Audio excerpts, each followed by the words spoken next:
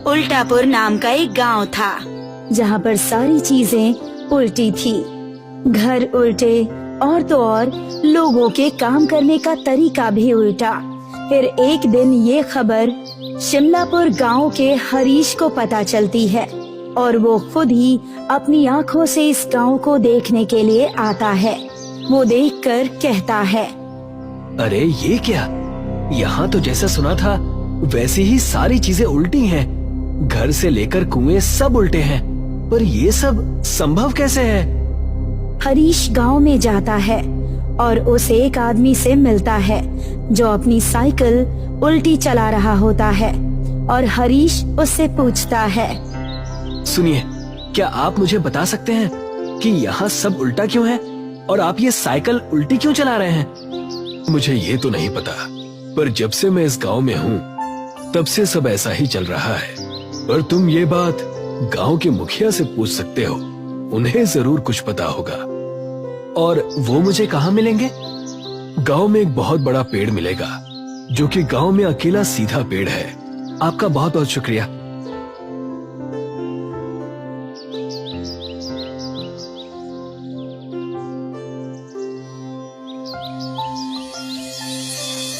वहाँ से हरीश उस पेड़ के पास पहुँच जाता है जहाँ पर गांव के मुखिया खड़े रहते हैं। हरीश उनके पास जाकर उनसे पूछता है, क्या आप मुझे बता सकते हैं कि यहाँ घर, कुएं, पेड़ सब उल्टे क्यों हैं और सिर्फ ये अकेला पेड़ सीधा क्यों है? बेटा, तुम कहाँ से आए हो और तुम ये क्यों जानना चाहते हो? मैं शिमलापुर गांव का हूँ। मैंने सुना था कि यहाँ सारी चीजें उल्टी हैं, तो मैं देखने के लिए खुद चला आया।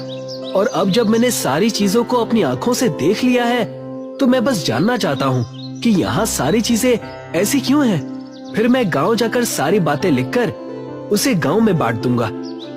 देखो बेटा, मुझे पूरी बात तो नहीं पता, पर मैं यही जानता हूँ कि एक बार एक ऋषि थे जो इस गांव में इस बड़े सीधे पेड़ के नीचे बैठकर ध्यान लगाया करते थे, और किसी वजह से उन्होंने इस गांव को श्राप दे दिया, जिस वजह से इस गांव की सारी चीजें इस तरह से उल्टी हो गईं। पर उन्होंने श्राप क्यों दिया और उस श्राप को कैसे हटा सकते हैं?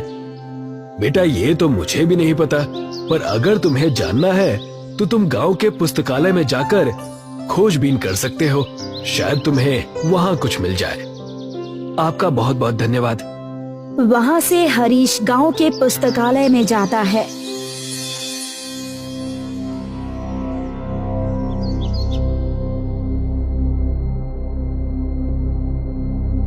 जहाँ पर कई सारी किताबों की लिखाई उल्टी होती है।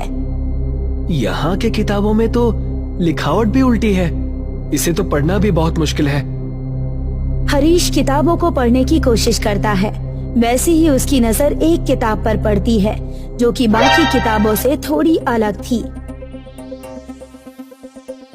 हरीश उस किताब को उठाकर जैसे ही खोलता है तो वो देखता है, अरे, इस किताब में तो सारी चीजें सीधी लिखी हुई हैं। देखता हूँ, शायद इसमें कुछ लिखा हो जिससे ये पता चल जाए कि इस गांव की ये हालत आखिर हुई कैसे। हरीश उस किताब को पढ़ने लगता है जिसमें गांव की कहानी लिखी होती है। कई सालों पहले एक संत इस गांव में प्रवेश करते हैं और बड़े से पेड़ के नीचे बैठ जाते हैं। उस समय गांव का नाम सीधापुर हुआ करता था और संत जी गांव वालों को सही बातें सिखाया करते थे। एक दिन संत जी गांव वालों को इकट्ठा करते हैं और उन्हें सूचना देते हैं। गांव वालों, मैंने आप सभी को यहाँ इसलिए इकट्ठा किया है ताकि आप सभी को गांव में हो रहे शिकार के बारे में बता सकूं। आप लोग जो मासूम जानवरों का शिकार कर रहे हैं उसे अभी छोड़ दीजिए, वरना इसका अंजाम पूरे गांव वालों को भुगतना पड़ेगा। ये बात सुनकर कुछ लोग आपस में कहते हैं, इस संत को यहाँ आए हुए कुछ ही दिन हुए और ये हम पर अपना राज चलाना चाहता है। तुम सही कह रहे हो, हम तो अपने शिकार का काम जारी रखेंगे। चलो अपने शिकार के जाल को गांव के जंगल में डाल कर आते हैं। गांव वाले संत की बातों को अनसुना कर देते हैं और फिर से शिकार के कई सारे जालों को जंगल में बिछा देते हैं। फिर एक दिन संत जंगल से गुजर रहे होते हैं। ये गांव वाले शिकार हद से ज्यादा करने लगे हैं और ये सब कुछ अपने शौक के लिए कर रहे हैं। बिना वजह मासूम जानवरों को मारना बहुत बुरा है। जैसे ही वो ये शब्द कहते हैं, वैसे ही एक रस्सी उनके पैर में पड़ती है और खींचकर संत जी को पेड़ से उल्टा लटका देती है। लगता है बड़ा शिकार हाथ लगा है। हाँ हाँ, चलो देखते हैं। जैसे ही वो लोग वहाँ संत जी को उल्टा लटके देखते हैं, वो डर जाते हैं और जल्दी से उन्हें नीचे उतारते हैं। फिर माफी मांगने लगते हैं, पर संत जी बिना कुछ सुने उस पेड़ के नीचे आ जाते हैं और ध्यान में लग जाते हैं और जल्द ही सारे गांव में ये बात मालूम पड़ जाती है। सारे गांव वाले संत जी से मिलने आते हैं। हमें माफ कर दीजिए जो हमने किया उसके लिए। संत जी ध्यान से अपनी आंखें खोलते हैं। उनकी आंखें क्रोध से लाल हो चुकी होती है और फिर वो गांव वालों से कहते हैं, मैंने तुम्हें पहले ही चेतावनी दी थी, पर जो आज मेरे साथ हुआ मैं उसे नहीं भूल सकता। जिस तरह से मैं उल्टा लटका और मुझे सारी चीजें उल्टी नजर आई, उसी प्रकार ये मेरा इस गांव को श्राप है कि ये पूरा गांव भी उल्टा हो जाएगा और इस गांव का नाम आज से ही सीधपुर से उल्टापुर होगा।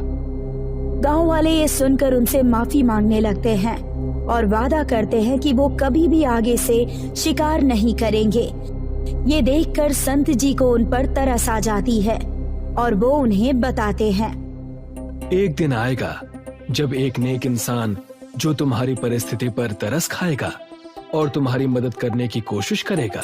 बस उसे मेरे जैसे 100 संतों को अपने हाथों से बनाकर भोजन खिलाना होगा, लेकिन भोजन की सामग्री गांव के हर घर से आनी चाहिए।